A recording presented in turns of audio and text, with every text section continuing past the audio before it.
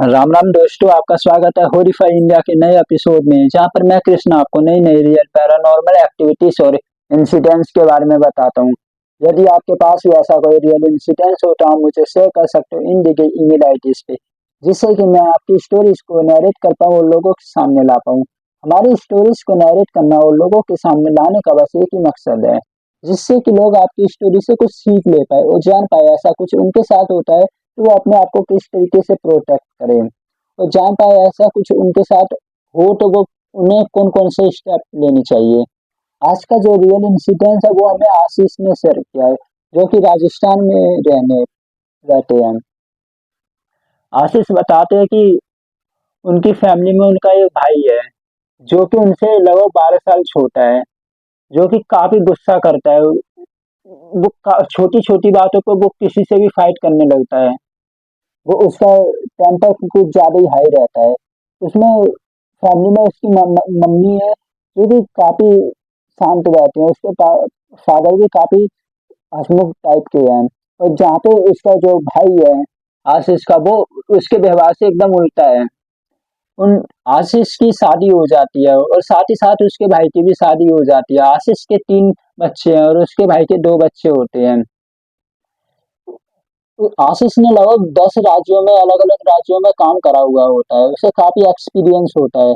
एक बार वो अपने ऑफिस में होता है, लगभग 5 बजे की बात होती है।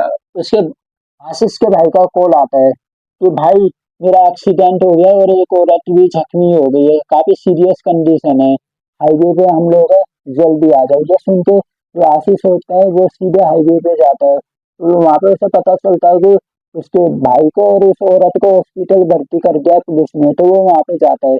वहां पे जाके वो देखता है तो उसके आशीष के भाई की हालत काफी खराब होती है।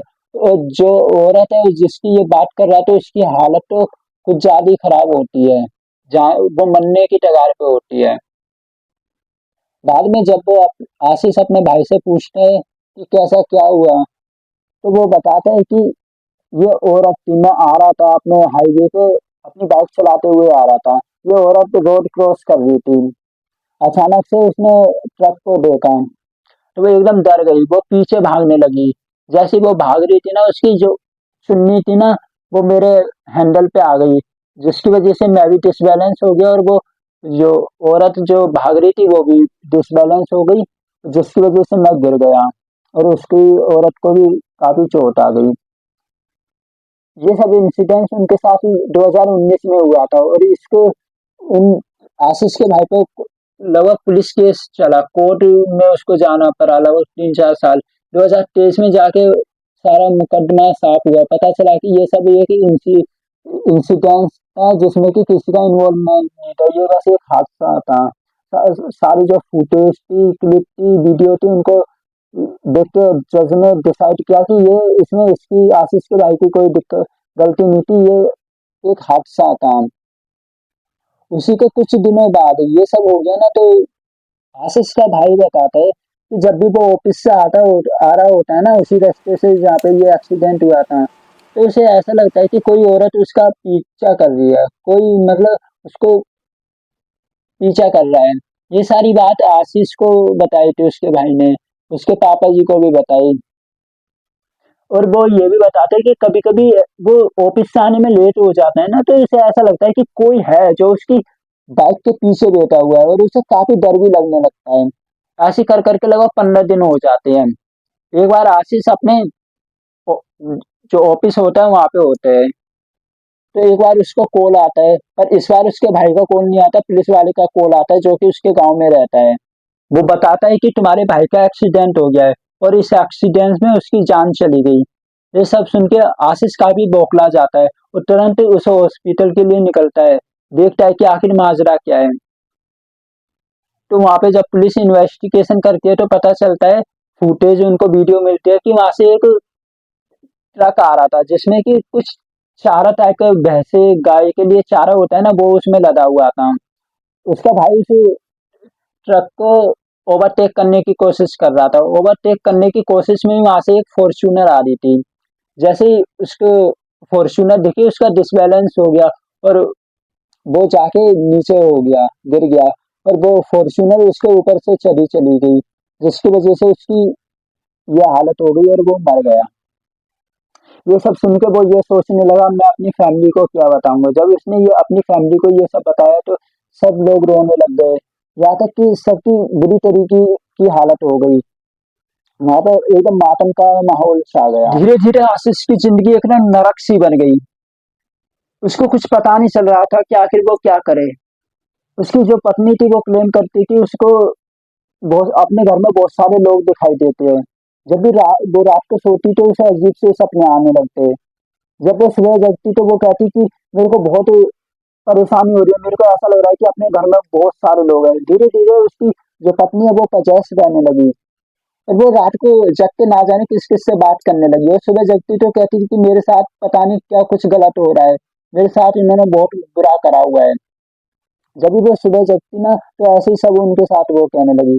धीरे धीरे आशीष साहब उसकी भी सिचुएशन बहुत खराब होने लगी, जिसकी वजह से उसने अपने ऑफिस से एकदम रिजाइन दे दिया, ये जान के कि अब घर पे कोई नहीं है, घर पे ओनली मैं ही हूँ और मेरे बुजुर्ग पिताजी माताजी है, उनकी सेवा भी मेरे को करनी है और अब मैं क्या कर सकता हूँ। तो इसने ऐसे कर कर उन्होंने अपनी जॉब से रिजाइन दे दिया। हालत जब खराब हो गई, जब उनको ऐसा लगने लगा कि उनकी वाइफ पचास रहने लग गई। जब भी वो अपने घर में इस बारे में बात करते तो निष्कर्ष बस एक ही निकलता कि आप किसी को दिखवा लो। पर उन्हें विश्वास नहीं था, क्योंकि उन्हें लगता था कि जब मैंने 10 अलग-अलग राज्यों में अपनी जॉब कर ली, मेरे साथ ऐसा कुछ नहीं हुआ, तो उनकी वाइफ जो कि घर पे रहती है, तो उसके साथ ऐसा कैसे हो सकता है? धीरे-धीरे ये सब चलता रहा, पर सिचुएशन तो जब खराब हुई, जब उनको जो वाइफ है, उसे शक होने की बीमारी हो गई। यहाँ तक कि वो शक होने की बीमारी इस कदर तक पहुँच गई थी, जैसे वो अपनी जो माताजी हैं, उनसे भी बात करते थे, उसे उसमें भी खोट नज़र आती है। अपने बच्चों से बात करती तो उसमें भी उनको बुरा लगता था।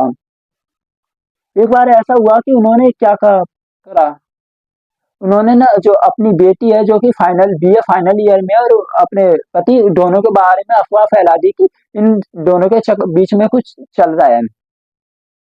ये सब उन्होंने आशीष बताते हैं कि उन्होंने अपनी वाइफ को अब तक कभी नहीं मारा, पर जब उन्होंने ये बात सुनी कि इसने ये सब कहा है और ये सब अफवाह फैल गई, तो उन्होंने अपनी वाइफ को मारा और बोला तुम्हें समझ में नहीं आता, तुम पागल वागल हो क्या कि अपनी बच्ची की अभी शादी की उम्र है, उसकी ऐसे अफवाह फैलाओगी तो उसकी कैसे शादी हो जाएगी। पर ये बात अब तो फिर भी नहीं थमी। उसकी वाइफ कुछ ना कुछ लड़ाई करने के बहाने ढूंढने लगी।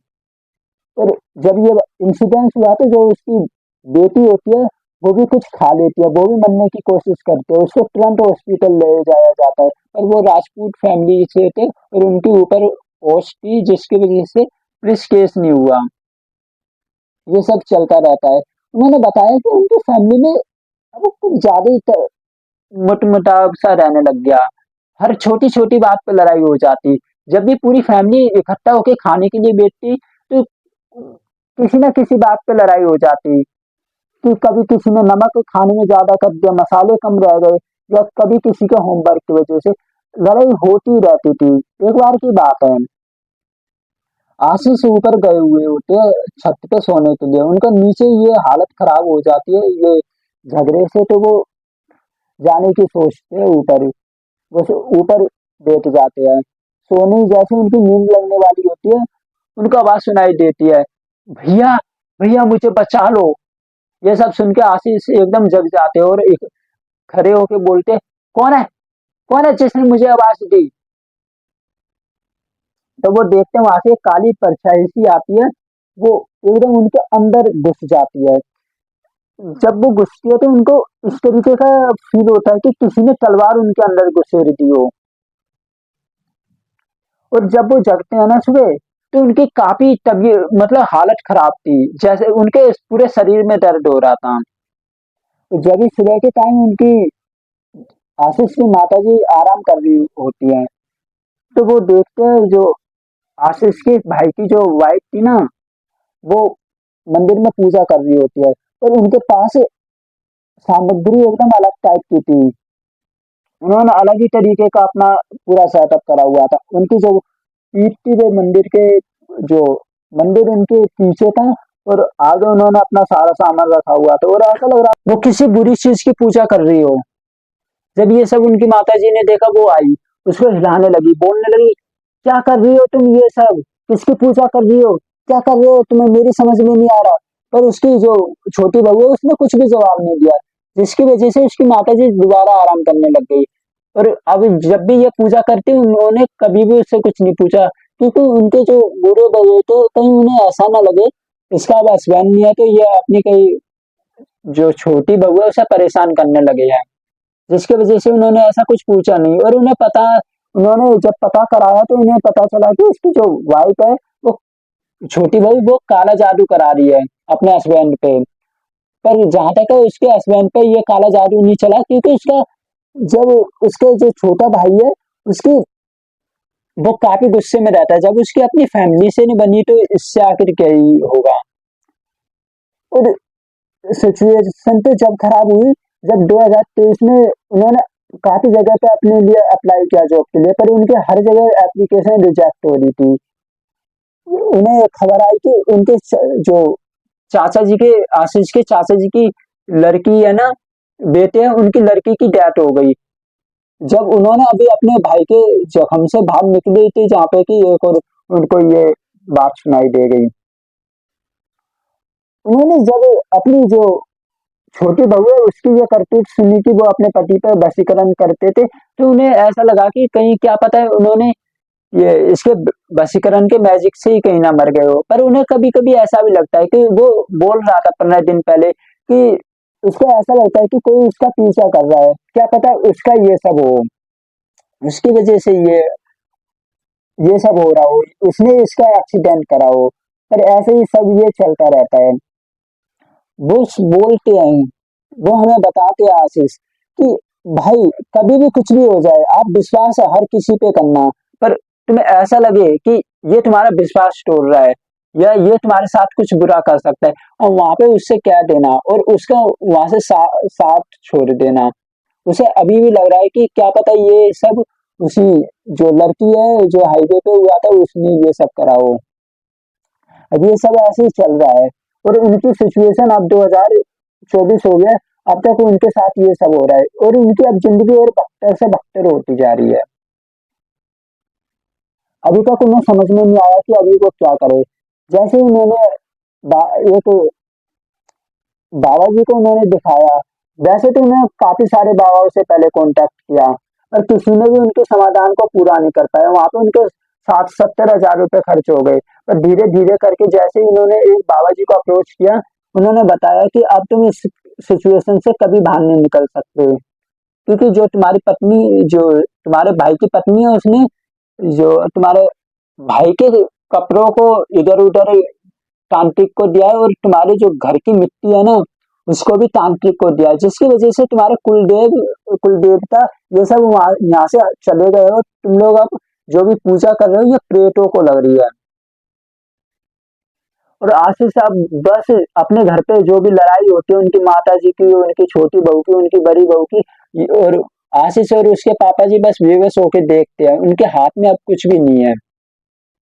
वो बस सोचते हैं कि कब भगवान जी कब उनकी मदद के लिए किसी को भेजेंगे, कब एक मतलब एक माता जी का भगवान जी का आशीर्वाद आएगा, कब एक उनके साथ एक सदन चेंज होगा जो उनकी मदद करेगा, कौन उनकी हेल्प करने के लिए आएगा। वो अभी तक ये सोच रहे हैं, पर वो अब कुछ कहते नहीं है, क्योंकि उन्हें पता है उन्होंने कुछ कहा तो और लड़ाई और बढ़ेगी।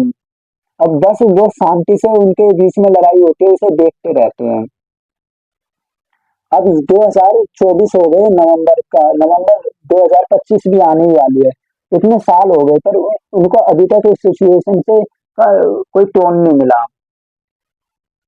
मोरल ऑफ द स्टोरी बस यही है कि कभी भी अपने सभी संबंधियों पे विश्वास करे, पर इतना नहीं कि वो तुम्हारे तुम्हारे खिलाफ ही चले जाए और तुमको हार्म पहुंचा पाए।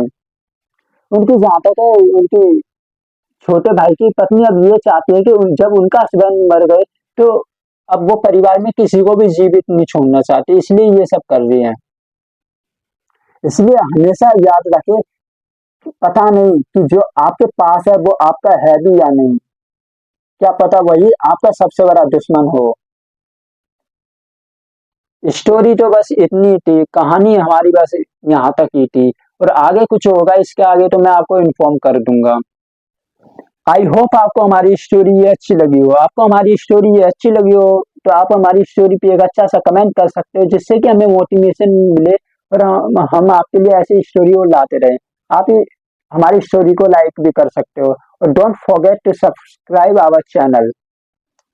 चलिए मिलते हैं एक नई दिल दहलाने वाली स्टोरी में।